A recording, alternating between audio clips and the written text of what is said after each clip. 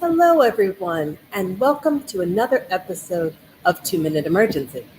I am your host, Dr. Leslie, board certified emergency physician, best-selling author, international speaker, and professional photographer. And I bring you these tips to help keep you safe, healthy, and out of the emergency department. So today's topic is 4th of July tips on safety. So as you know, 4th of July is right around the corner. And what do people do for the 4th of July? They celebrate with barbecues, with gatherings of friends and family to play games, and of course, fireworks. So while it can be a fun time, it can potentially be dangerous. So I'm going to start off with talking about barbecues. So actually, I'm going to pause for one moment and I will be right back. I think I maybe have some signal issues. Give me just one.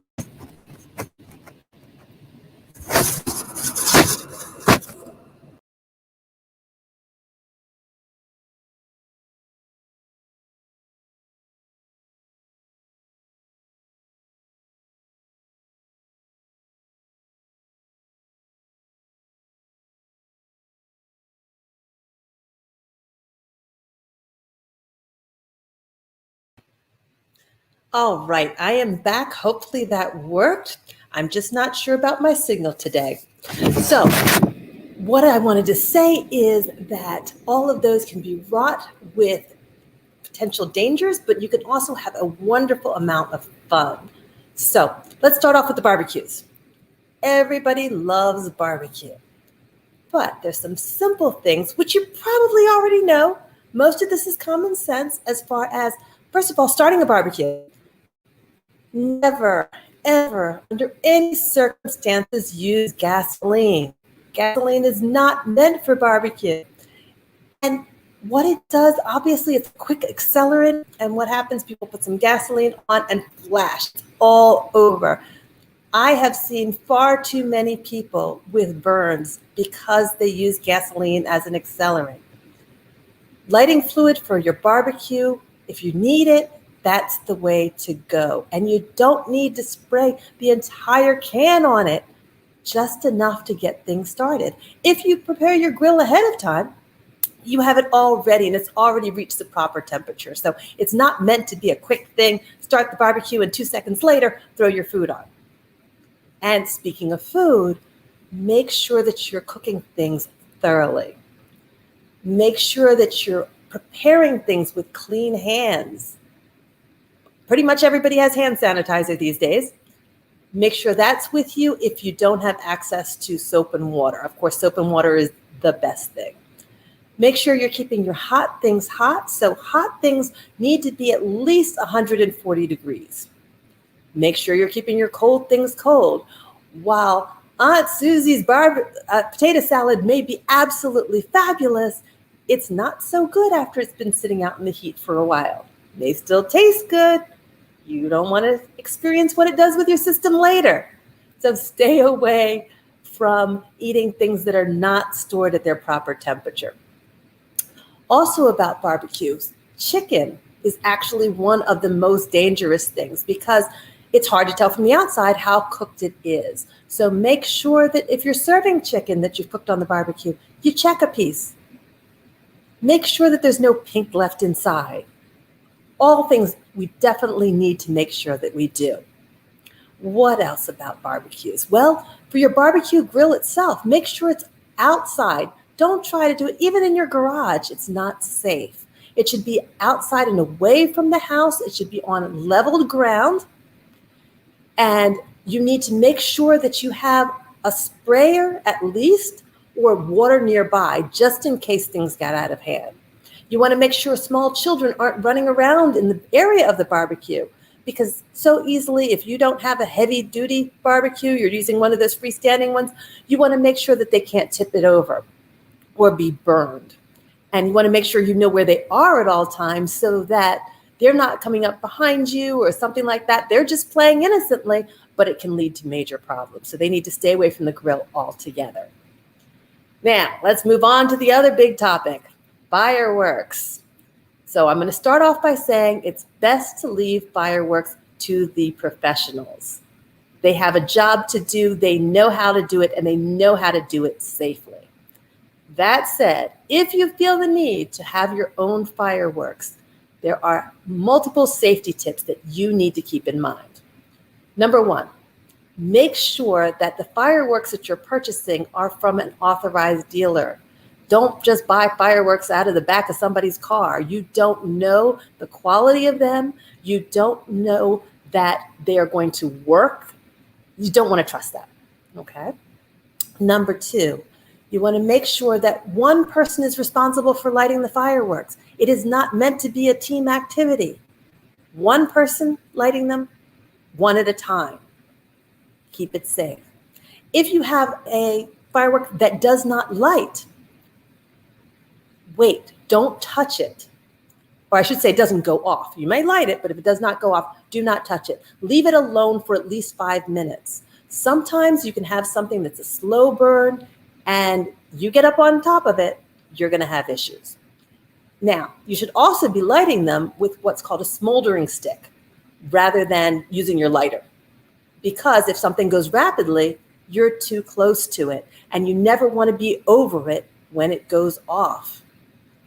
You're going to make sure that you're doing this from an area that is free from debris, free from potential trip hazards. You want to make sure it's away from a building. You want to make sure you're always aiming away from people. And you want to make sure that you have water nearby. When I say nearby, I mean right there. So a bucket of water at the very least. And for those that don't go off, you're going to douse them with water. Never try to relight any fireworks. As you can tell, there's a lot of things to be careful of. Another thing is eye safety. I don't care if people think you're being overly precautious. It's better to be overly prepared and safe than to lose an eye. Just my thoughts. So, wearing goggles, because it's too easy to have a corneal abrasion, to have burns to your eye. It happens all the time. Other things you want to make sure, never put any of your fireworks in a container, because when they go off, that container can also explode. So whether it's in glass, whether it's in metal, particles everywhere. It's going to act just like shrapnel. So never in containers. Other things you want to see. Let me just check to make sure I've got everything on my list. You want to make sure, okay, with your 4th of July celebration, many people are drinking alcohol. Do not let your friend who is intoxicated be responsible for the fireworks. We have seen videos to prove how dangerous that can be. So we don't want to go there at all. Make sure that the young children are away from the area where you're lighting the fireworks. They're not going to see anything when you're lighting it. It's not fun until everything's up in the sky. So they don't need to be near you or around you. Now, one of the things people think of with fireworks is they think, oh, well, the kids can play with the sparklers. No big deal. Sparklers light up to 2,000 degrees. All right? You touch something on your stove that's 350 degrees and you have a burn. 2,000 degrees. So think about those sparklers, how they come on that thin metal rod. When it's used up, how much of that rod is left? Think about that. That's metal, which is literally melting. All right? So sparklers, the main things that we worry about is we worry about them igniting clothing. We worry about them getting into the eyes. We worry about children just dropping them, not thinking about them, burning their feet, burning their arms, legs, all of those areas. So I don't recommend sparklers for children at all, because ideally, when you're using a sparkler, you're supposed to be 6 feet away from each other. Now, how often does that happen? Not likely. All the kids want to play together and act like they have swords and things like that. It is just not safe. And I'm sorry to be a Debbie Downer, but when you think about it, the safety of your children is what you want to keep in mind more so than anything else. So those are some things to be careful of. And just for you today, I have some tips that you can download and print out and have with you.